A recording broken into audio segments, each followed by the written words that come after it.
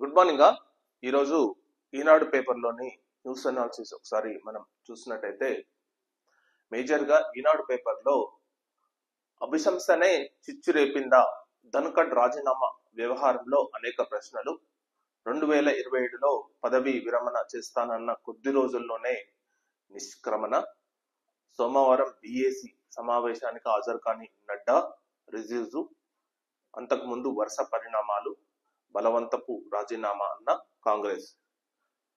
So మరియు భారత ఉపరాష్ట్రపతి జగదీప్ ధన్ఖర్ రాజీనామా వ్యవహారం అనేది తీవ్ర రాజకీయ చర్చల్లో భాగంగా ఉంటుంది. సో ముఖ్యంగా అతను రాజీనామా ఎందుకు చేయడం జరిగింది, సో దీనిపై చర్చోపచర్చలు. ఎందుకంటే యాక్చువల్లీ మొన్న రాజీనామా చేసినా కానీ నిన్న మాత్రం అతను బలవంతపు రాజీనామా అని చెప్పి కాంగ్రెస్ పార్టీ ఏదైతే అభియోగం మోపిందో బీజేపీపై, దానికి అనుకూలంగా కొన్ని పరిణామాలు జరగడం అనేది కొంత జగదీప్ ధన్ఖర్ రాజీనామా వ్యవహారం వెనుక కొంచెం ఏదో ఒకటి జరిగిందని చెప్పి చాలా మంది విశ్లేషకులు చెప్తున్నారు. మేజర్గా జరిగిన విషయం ఏంటంటే, జస్టిస్ వర్మ అంటే అప్పుడు ఏదైతే హైకోర్టు న్యాయమూర్తి ఉన్నాడో జస్టిస్ వర్మ అతను అభిశంసన చేయాలని చెప్పి బీజేపీ లోక్సభలో ఎంపీల సంతకాల సేకరణ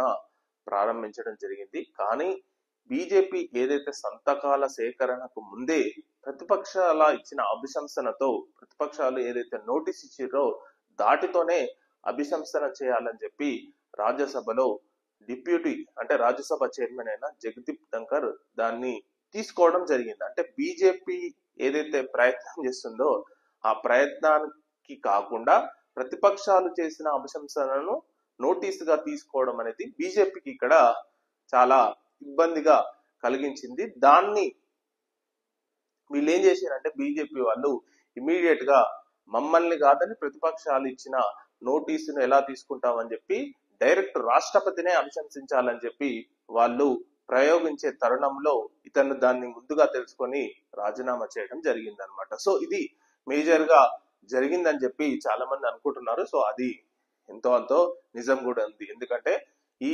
జస్టిస్ అంటే ఇప్పుడు బీఏసీ సమావేశానికి అంటే అన్ని పార్టీల సమావేశానికి యాక్చువల్లీ రాజ్యసభ దానికి ఫ్లోర్ లీడర్ ఉన్న నడ్డా గాని, ఈ లోక్సభలో ఉన్న ఇది కిరణ్ రిజిజు గాని వీరు హాజరు కాకపోవడం అనేది చాలా అనుమానాలకు దారితీస్తుంది అనమాట. సో దాన్నే ఇక్కడ ఇవ్వడం జరిగింది. సో సోమవారం బీఏసీ సమావేశానికి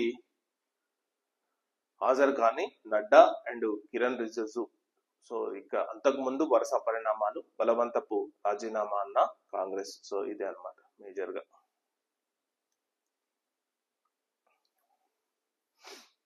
ఆది నుంచి వివాదాస్పదమే.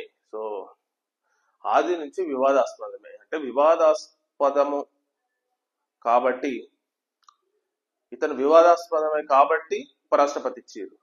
యాక్చువల్లీ ఇతను బెంగాల్ గవర్నర్ గా మమతా బెనర్జీని ముప్పు తిప్పలు పెట్టాడు. మామూలు కాదు, మమతా బెనర్జీని ఒక ముప్పు తిప్పలు పెట్టాడు. ఆ టైంలో అతను రాజ్యాంగంలో చాలా దిట్ట అనమాట. యాక్చువల్లీ ఏంటంటే ఇతను రాజ్యాంగంలో చాలా అనుభవం ఉంది. సో దాన్ని ఉపయోగించుకొని బెంగాల్ గవర్నర్ గా తన రాజకీయాలను, సో గవర్నర్ గా ఏం చేయొచ్చు ఏం చేయకూడదు అని పూర్తిగా తెలిసిన వ్యక్తిగా మమతా బెనర్జీని చాలా ఇరికించేదన్నమాట. అంటే సరే ఇప్పుడు అది రాజకీయంగా అతను చాలా ఇబ్బంది పెట్టేది అని చెప్పి మమతా బెనర్జీ ఆరోపిస్తుంది. కానీ ఇతను రాజ్యాంగం ప్రకారం ప్రతిదీ కూలంకుషంగా చూసేది. ఒక చిన్న వర్డ్ తప్పుంటే, నాకు ఒక బాగా గుర్తుంది, బెంగాల్ గవర్నర్ గా ఉన్నప్పుడు ఇది ఒక చిన్న వర్డ్ మిస్టేక్ గా అయింది. ఆ మిస్టేక్ అయినందుకు దాన్ని రిటర్న్ ఏదైతే స్టేట్ గవర్నమెంట్ ఉందో స్టేట్ గవర్నమెంట్ కు రిటర్న్ పంపించిండు. రిటర్న్ పంపించేటప్పుడు ఒక నోట్ పెట్టిండు అనమాట, ఇది ఈ టైప్ లా మిస్టేక్ ఉంది, సో దీనికోసం అని చెప్పి నేను ఈ బిల్లును రిటర్న్ చేస్తున్నా అని చెప్పి అతను నోట్ చేస్తే అంత కూలంకుషంగా అంత టెక్నికల్ గా రాష్ట్ర ప్రభుత్వం అంతగా డీప్ గా చూడలేదు. సో అని చెప్పి ఆ రాష్ట్ర ప్రభుత్వం మళ్ళా రిప్లై ఇచ్చింది. మళ్ళా రిప్లై ఇస్తే మీరు ఎందుకు ఉన్నారు, మీ రాష్ట్ర ప్రభుత్వం ఎందుకు ఉంది అని చెప్పి ఈయన ఇంకా డెప్త్ గా. సో ఇతనను తట్టుకోలేకనే మమతా బెనర్జీ చాలా ఇబ్బందులు పడ్డది. సో అప్పుడు బీజేపీ పార్టీ ఇతని టాలెంట్ చూసి అమ్మ ఇతను చాలా అనుభవం కలవాడు, చాలా రాజ్యాంగంలో చాలా దిట్ట, సో ఇతను ఇక్కడ స్టేట్ లో కాకుంటే సెంట్రల్ అంటే ఒక పెద్ద పదవులు ఉంటే బీజేపీ పార్టీకి మంచి ఉపయోగపడతాడు అనే ఉద్దేశంతోనే ఉపరాష్ట్ర పదవి ఇవ్వడం జరిగింది. సో ఉపరాష్ట్ర పదవి ఇస్తే మళ్ళీ ఆయన రాజ్యాంగంలోని సో ఇట్లా ఈ ప్రాసెస్ లో ఉండడం వల్ల ఇది కేవలం బీజేపీకే రివర్స్ కావడం అనేది, సో అతన్ని ప్రశంసించడం అనేది, సో ఇలా చకచకా జరిగిపోవడం అనేది జరిగింది అనమాట. సో ఇది మేజర్ గా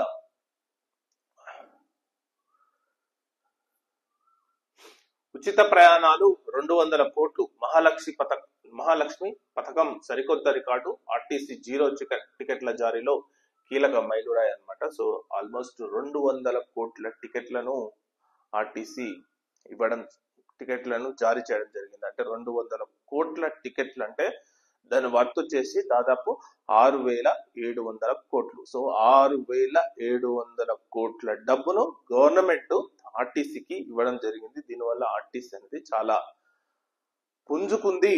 అంటే ఏదైతే నష్టాల బారిన ఏదైతే పడ్డదో అది వరకు ఏదైతే నష్టాల బారిన తేరుకోలేక చాలా ఇబ్బంది పడుతుందో సో దాని నుంచి కోలుకుందని చెప్పి చెప్తుంటారు. సో మనకు ముఖ్యంగా ఇది చూసినట్టయితే మహాలక్ష్మి పథకం సరికొత్త రికార్డు, ఆర్టీసీ జీరో టికెట్ల జారీలో కీలక మైలురాయి, ఆడబిడ్డలకు అభినందనలు. సో 6,671 కోట్ల ఆదా.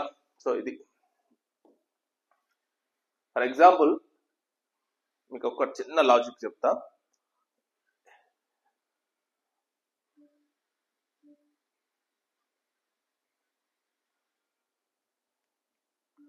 ఇక్కడ మహిళలకు 6,671 కోట్ల ఆదా అని చెప్పి ఒక వార్త ఇవ్వడం జరిగింది. 6,671 కోట్లు.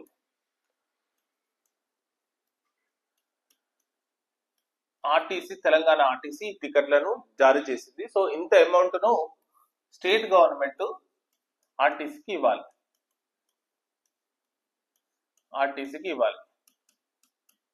జనరల్ గా ఎవరైనా ఆలోచించండి, ఈ డబ్బును 6,671 కోట్ల డబ్బును ఎలా ఇస్తుంది స్టేట్ గవర్నమెంట్ ఆర్టీసీకి? ఎలా ఇస్తుంది? వీళ్ళు ఏమని చెప్తారు? 6,671 కోట్లు మహిళలకు ఆదా కలగడం జరిగిందని చెప్తున్నారు. కానీ ఈ డబ్బును స్టేట్ గవర్నమెంట్ ఆర్టీసీకి ఇవ్వాలి. ఎందుకంటే ఆర్టీసీ నడవాలంటే ఈ డబ్బు ఇస్తేనే కదా వాళ్ళు నడిచేసి. ఈ డబ్బును ఎలా ఇస్తుంది ఆర్టీసీకి స్టేట్ గవర్నమెంట్? సింపుల్, రేట్లు పెంచాలి. దీనికంటే ఇంకా వేరే ఆప్షన్ ఉందా? ఈ 6,671 కోట్లను ఆర్టీసీకి ఇవ్వడానికి రాష్ట్ర ప్రభుత్వం దగ్గర ఉన్న ఆప్షన్ ఏముంది? సింపుల్, ధరలు పెంచడం వల్లనే ఈ డబ్బును ఆర్టీసీకి ఇవ్వగలుగుతారు. సో ఇది ప్రెసెంట్ గా ఉన్న పరిస్థితి అన్నమాట. సో దీనిపై మనం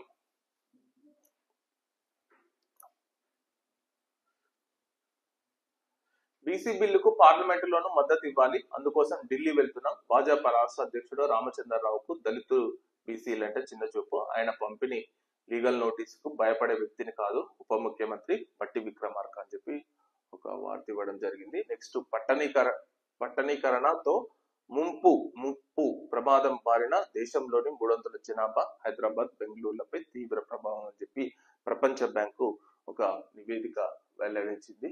సో మేజర్ గా ఇదండి, ఇది ఈనాడు పేపర్లోని మొదటి paper news analysis. So thank you very much.